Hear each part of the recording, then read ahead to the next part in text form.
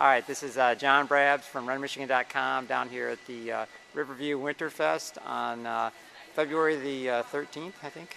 And I'm talking with Erin Richard, who just recently, I guess it would be 2 weeks ago, ran down in Houston at the Houston Marathon and qualified for the Olympic trials.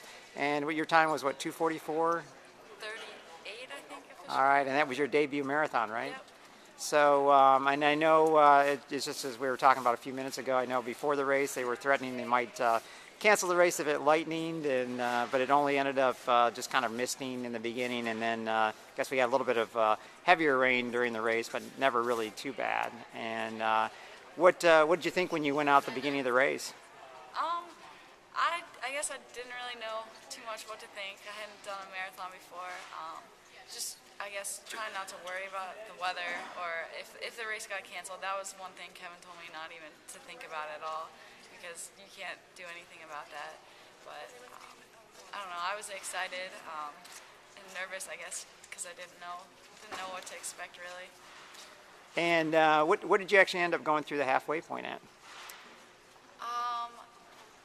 Halfway, I think I was 120, 150. I think just under 122, because I slowed down in the second half of the race.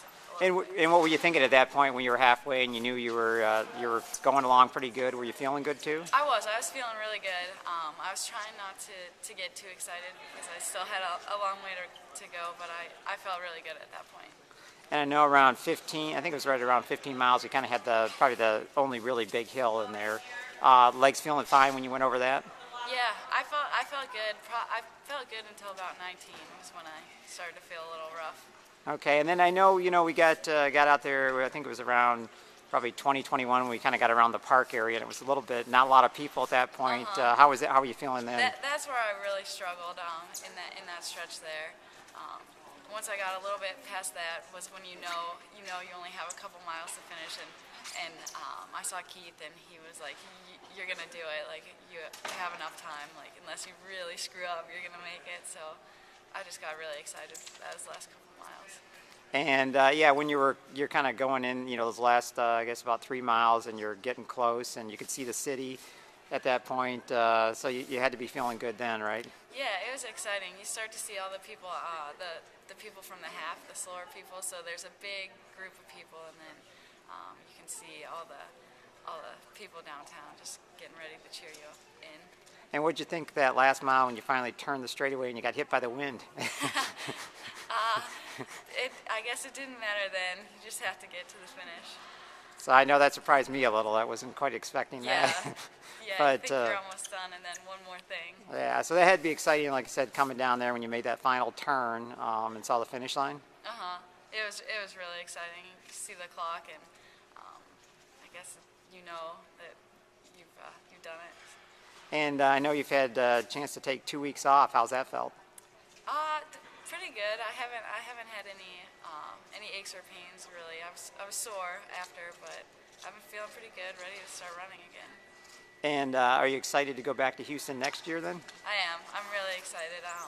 It'll be a lot different. This year it was just me running, and next year it'll be pretty much our whole team, so it'll be fun.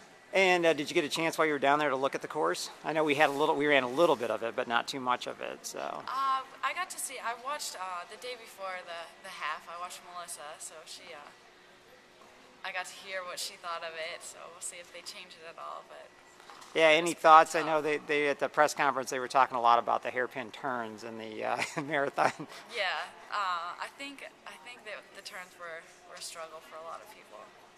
So, but I know everybody that was in the press conference, the top men and top women in the half from that day before, we're just talking to, that's part of the course. So there's not much you can do about it. Yeah, if that's going to be the course, then you just get ready for that.